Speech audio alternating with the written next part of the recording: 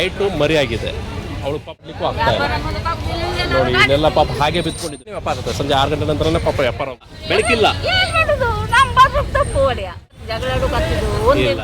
Sunday ಮಾರ್ಕೆಟಲ್ಲಿ ಏನು current ಇದೆ, ನೀವು ಕೊಟ್ಟಿದ್ರಿ ಕರೆಂಟ್ ಬಗ್ಗೆ ನಮ್ಗೆ ಎಂಥ ಪ್ರಾಬ್ಲಮ್ ಇಲ್ಲ, ಆದರೆ ಬೆಳಕಿಲ್ಲ. ಪಾಪ ವ್ಯಾಪಾರ ಮಾಡ್ತಾರಲ್ಲ ಅವ್ರಿಗೆ ಬೆಳಕಿಲ್ಲ.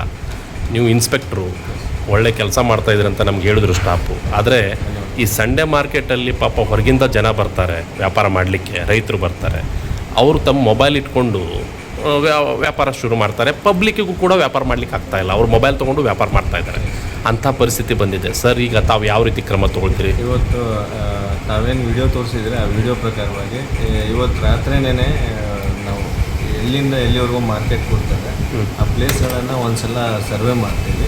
ಯಾವ್ಯಾವ ಗಿಡ ಅಡ್ಡ ಬಂದಿದೆ ಅದನ್ನು ನೋಟ್ ಮಾಡಿಕೊಂಡು ಒಂದು 2 ಅಥವಾ 3 ಡೇಸ್ ಒಳಗೆ ಅಡ್ಡಲಾದಂಥ ಟೊಂಗಿಗಳಿರೋ ಕಳಿಸೋ ವ್ಯವಸ್ಥೆ ಮಾಡ್ತೀವಿ.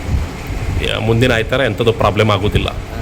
ಎಸ್, ಮ್ಯಾಕ್ಸಿಮಮ್ ಅಥವಾ 100% ಹೌದಾ ಸರ್? ಮತ್ತು ಎತ್ತುಗಳು ಕೂಡ ಅಲ್ಲಿ ಒಳಗಡೆ ಬರ್ತದೆ. ನಾನು ನಿಮ್ಮ ಕಮಿಷನರ್ ಸಾಹೇಬರಿಗೂ ಹೇಳಿದ್ದೆ, ಎತ್ತುಗಳು ಬರ್ತದೆ, ಚಿಕ್ಕ ಚಿಕ್ಕ ಮಕ್ಕಳು ವ್ಯಾಪಾರಕ್ಕೆ ಹೋಗ್ತಾರೆ, ಮಕ್ಕಳನ್ನು ತೊಗೊಂಡು ಹೋಗ್ತಾರೆ. ನಾಳೆ ಎತ್ತುಗಳು ಅಲ್ಲಿ ಎರಡೂ ಟಕ್ಕರ್ ಮಾಡ್ತಾ ಇರ್ತಾರೆ, ಎತ್ತುಗಳು ಜಗಳ ಆಡ್ತಾ ಇರ್ತಾರೆ. ಆ ಟೈಮಲ್ಲಿ ಏನಾರು ಆಯ್ತಂದರೆ ಸ್ವಲ್ಪ ಪ್ರಾಬ್ಲಮ್ ಅಲ್ಲ.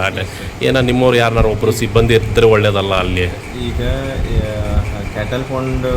ಕ್ಯಾಟಲ್ ಫಾಂಡಲ್ಲಿ ನಮಗೆ ಜಾಗ ಕಡಿಮೆ ಇರೋದ್ರಿಂದ ನಾವು ಕ್ಯಾಚ್ ಮಾಡ್ತಾ ಇಲ್ಲ. ಬಟ್ ಅಂಥ ಸಂದರ್ಭ ಏನಾರು ಉದ್ಭವ ಆಗೋದಿದ್ರೆ ನಾವಂಥ ಆಕಳ ಅಥವಾ ದನಗಳನ್ನು ಹಿಡಿದು ನಮ್ಮ ಕೊಂಡವಾಡಿಗೆ ಹಾಕುವಂಥ ವ್ಯವಸ್ಥೆ ಮಾಡ್ತೇವೆ.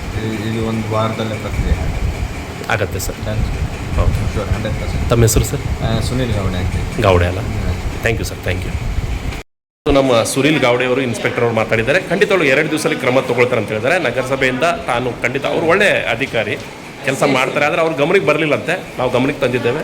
ಖಂಡಿತವಾಗ್ಲೂ ಮಾಡಿಕೊಡ್ತೇನೆ ಅಂತ ಹೇಳ್ಕೊಂಡು ಮಾಡಲಿಕ್ಕೆ ಯಾರಿಗೂ ಕೂಡ ಅಭ್ಯಂತರ ಇಲ್ಲ.